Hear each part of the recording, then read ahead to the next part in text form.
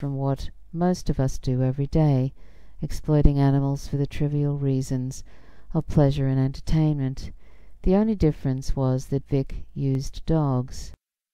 Vic, who served 19 months in prison, was unfairly singled out by the NFL, which suspended him, his sponsors who abandoned him, animal groups who call for his punishment, and a legal system that does not imprison animal exploiters in general. But the NFL presides over an inherently violent sport and accepts advertising from corporations whose operations revolve around the exploitation of animals. Hamburgers, ice cream, and other animal products are sold in the stadiums during the football games. One of Vic's sponsors, Kraft Foods, is a leading marketer of animal-based foods. His deal with Nike was suspended. Nike is on record for egregious worker exploitation and sells leather shoes. Finally, none of the big animal advocacy organizations use the case as an opportunity to educate the public about nonviolence and veganism by pointing out that all use of animals, not just dog fighting, represents animal abuse and violence. Gary L. Francione wrote about this in a 2009 op-ed titled "We're All Michael Vick" that appeared in the Philadelphia Inquirer. Quote, "There is something bizarre about condemning Michael Vick for using dogs in a hideous form of entertainment when 99% of us also use animals that are every bit as sentient as dogs in another hideous form of entertainment that is no more justifiable than fighting dogs, eating animals, and animal products," he said. Concluding the piece, Francione asked, quote, "How removed from the screaming crowd around the dog pit is the laughing group around the summer steak barbecue?" End quote.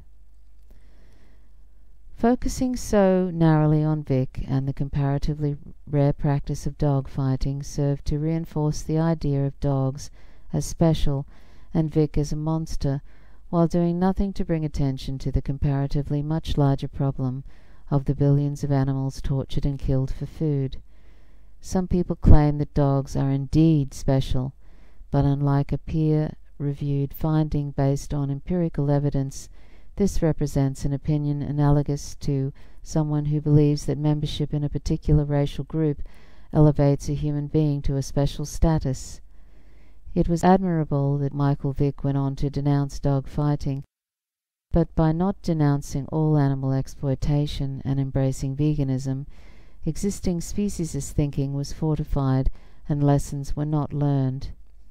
It can be said that language shapes the channels within which our thinking flows. How we as individuals and collectively as a culture use language, more specifically than words that we choose, has a way of both influencing and reflecting how we think about animals. For example, it is exceedingly rare that we use the pronoun it when referring to a human, though we occasionally use the word when referring to a companion animal, and very frequently when referring to other non-human animals. It implies a thing, an object, commodity, resource, or property, while he or she suggests sentience, personhood, or an individual. We find it easier to enslave, impose pain or suffering upon, or terminate the life of an it as opposed to a he or she. Likewise, we find it more difficult to recognize the inherent moral value and self-interests of an it. Producers, often in partnership with animal advocacy or environmental groups, have created various marketing terms and consumer labeling programs that attempt to steer our thinking or play on our existing biases. For example, quote, "certified humane," end quote, animal products imply better and kinder conditions for animals raised for food, yet those animals are still subjected to intense confinement, painful procedures, and deliberately imposed death. Quote, "dolphin-safe tuna," end quote, strengthens the speciesist idea that we should take seriously the protection of dolphins, but not tuna. The intended and actual effect of these measures is to make consumers feel less guilty about continuing to eat animal products. Quote, "We only grow one crop of fish at a time on a farm, and we have crop rotation," end quote. Nell Hales of Cook Aquaculture proudly told the reporter in a 2009 Green Week piece on NBC Nightly News. In the story, fish are commodities or crops, like stalks of corn, not individuals. We are told that the dramatic plunge in the ocean's fish population is a problem only because there are fewer fish for humans to kill and eat, and that aquaculture, rather than not eating fish, is the solution. Even though fish are more evolutionarily distant from us and may not be as easy to relate to as mammals, scientists have nevertheless concluded that they are sentient with the capacity to feel pain. In conclusion, one could say that our conflicted attitudes about the death of animals, along with our exploitation of them, largely results from what we have believed and have done in the past for quite some time. We are born into and raised in a culture where non-human animals are property, where animal exploitation is the everyday norm and is convenient and traditional. We are conditioned to not seeing the situation objectively, to not acknowledging that when we kill an animal, we are committing an act of violence that destroys a personality. Until we reject our current paradigm, non-humans will always be valued more for how useful they are to us as things than for their intrinsic worth as sentient individuals.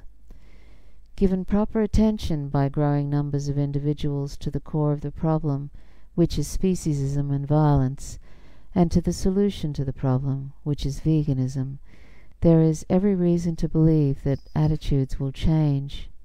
Francione, who considers veganism to be a moral and political commitment to the abolition of animal exploitation, sees creative, non-violent vegan education as the cure for our, quote, moral schizophrenia, end quote. Quote, "The animal rights position is the ultimate rejection of violence. It is the ultimate affirmation of peace," end quote. Gary Francione. Thanks for listening. Please join us on LiveVegan on Facebook. That's facebook.com/LiveVegan. And you can join me on Twitter. That's twitter.com/LiveVegan. That's spelled LiveVegan. And you can join Gary Francione on Twitter. That's twitter.com/Gary L. Francione. Or you can join him on Facebook. That's facebook.com/Abolitionist Approach. He also has a blog site, abolitionistapproach.com. If you're not vegan, please go vegan.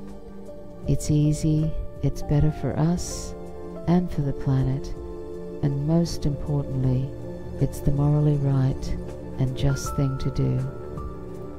Till next time, bye for now.